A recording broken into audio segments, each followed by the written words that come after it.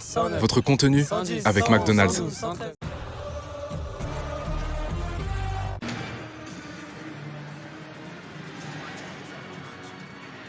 Un duel de buteurs pour ce Strasbourg-Lorient. Pablo Pagis, le Merlu, en forme et buteur face à Lyon.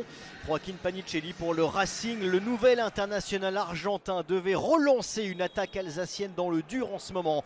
Un seul but sur les 3 derniers matchs de Ligue 1. Strasbourg qui s'enfonce un peu au classement alors que Lorient trouve son rythme de croisière, 2 victoires et 2 nuls sur les 4 derniers matchs. Conséquence, les hommes d'Olivier Pantaloni ont mis de la distance sur la zone de relégation. Ce sont d'ailleurs eux, les Merlus, qui vont se montrer les premiers dangereux. Dans les premières minutes, Pablo Pagis qui lance Jean-Victor Makengo, qui voit sa frappe croisée être repoussée par l'impeccable Mike Penders, qui tient déjà son équipe à bout de bras et empêche les Lorientais de marquer dans les premières minutes. On se retrouve à la 20e minute sur un corner de Valentine Barco. C'est Ismaël Doucouré qui fait briller Yvon Mvogo. Bel arrêt de la part du gardien suisse. Pas mal d'opportunités, petites, mais qui ont le mérite d'exister dans cette première période. Un nouveau ballon pour Sambou Soumano. Le retour de Mamadou Sarr qui se fait complètement effacer par l'attaquant lorientais. Pas de position de hors-jeu au départ. Sambou Soumano, lui aussi en forme en ce moment, loupe le cadre de Mike Penders.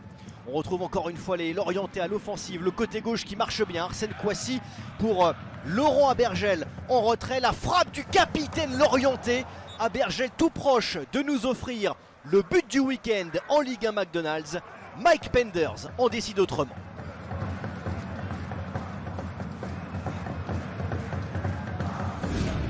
Sans doute piqués dans leur orgueil par une première période timide, les Alsaciens tentent d'emballer le match au retour du vestiaire avec un premier ballon entre Valentine Barco, Sébastien Nanazi et Joaquin Panicelli qui se fait contester dans son duel aérien. L'attaquant argentin, tout proche malgré tout de venir gagner son duel aérien. Le Racing Club de Strasbourg, un poil plus offensif, qui va encore se mettre en valeur avec un bon centre de la part de Amo Ameyao ici pour la tête de Sébastien Nanazi, le milieu de terrain suédois qui voit son coup de tête passer juste au-dessus du but de Yvon Mvogo, sans doute la plus belle occasion de cette seconde période.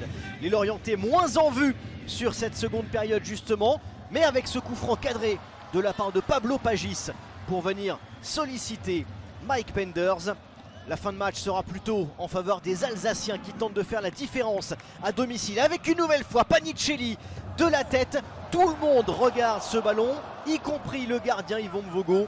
Ballon qui file juste à côté du but lorientais. Les Merlus peuvent souffler dans le brouillard alsacien et en toute fin de partie, ultime occasion pour Morera, nouveau centre dans la surface de réparation.